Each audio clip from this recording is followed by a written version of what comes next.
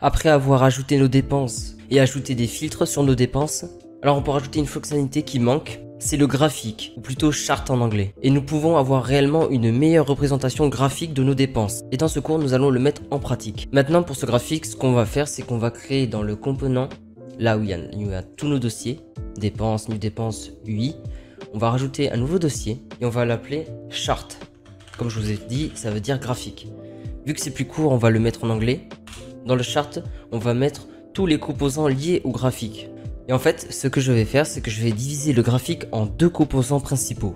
Déjà à l'intérieur, on peut déjà rajouter le chart.js. C'est le graphique lui-même, le composant graphique que nous pouvons ajouter à notre application.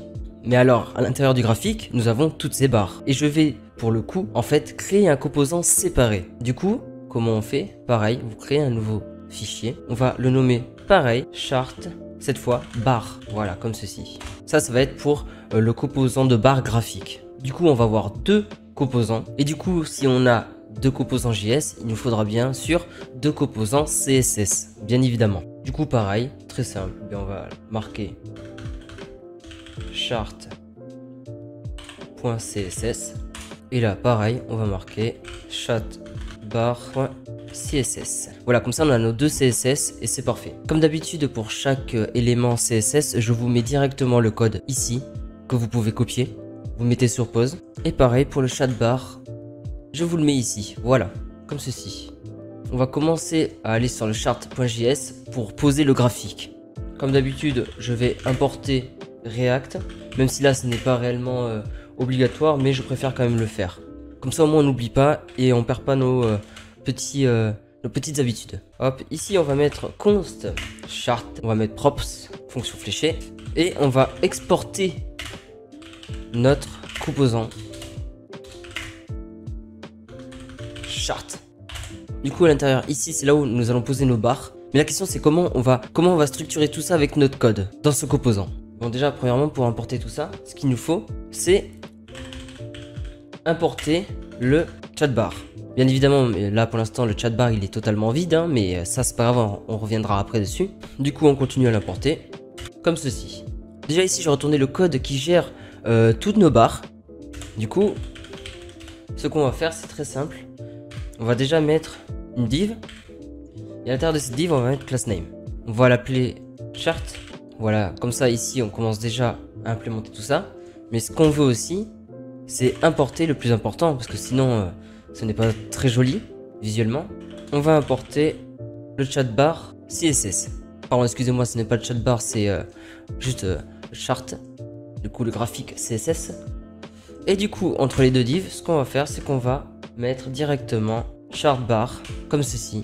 Alors là, ce serait une façon de faire pour mettre notre barre graphiquement. Mais aujourd'hui, on va pas utiliser celle-là. Alors ce qu'il faut bien se dire, c'est que dans un graphique, il y a des points de données, et qu'il faut les mettre en place. On ne peut pas juste mettre un graphique comme ça et le laisser faire. Parce que sinon, on aura tout le temps le même graphique et ça ne servira strictement à rien. Du coup, ce qu'on va faire, c'est qu'on va créer ces points. Mais comment? Mais déjà, premièrement, on va mettre props, point. Et là, vous mettez data, point. Comme ceci, voilà. Comme ça, on aura nos points data. Du coup, là, on a donné le nom au props de data point pour donner nos points. Et comme ça, au moins, c'est notre composant à nous. Mais du coup, là, je m'attends à ce que les données pointent vers le haut. Et je m'attends à ce que cela contienne une valeur, qui est un tableau. On va, bien sûr, rajouter map.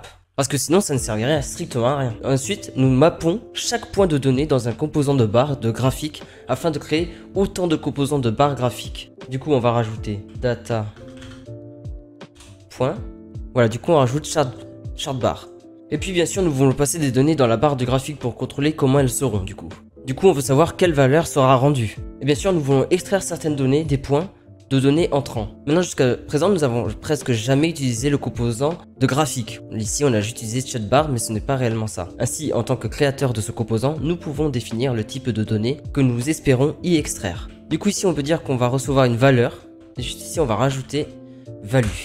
Parce que nous voulons transmettre des points de données de cette valeur. Bon, bien sûr, cela nécessitera que dans la barre du graphique, nous lisions ensuite cet accessoire et que nous définissions les points de données plus tard. Chaque point de données, en fait, est une propriété de valeur afin qu'un point de données soit un objet qui a une propriété de valeur, comme ici.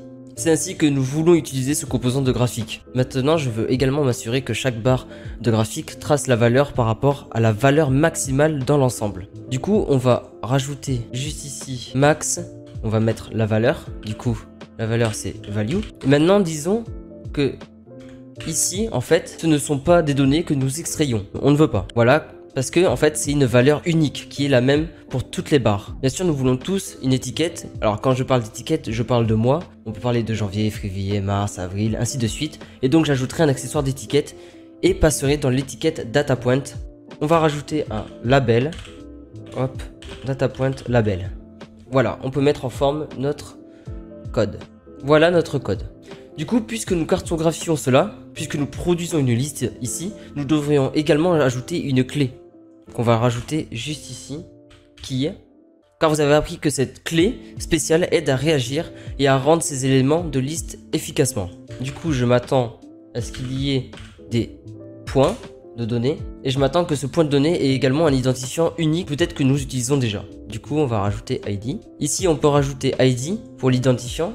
Mais ce qu'on va faire, vu qu'on veut avoir une étiquette, on va rajouter label ici. Comme ça, chaque barre de graphique a sa propre étiquette unique. Et du coup, comme je vous ai dit, on peut aussi utiliser l'étiquette comme un identifiant unique pour cet accessoire de clé spécial ici. Bon, du coup, cela me semble bien. Maintenant, nous voulons continuer à travailler sur la barre du graphique pour donner vie à cela. On se retrouve pour le prochain cours.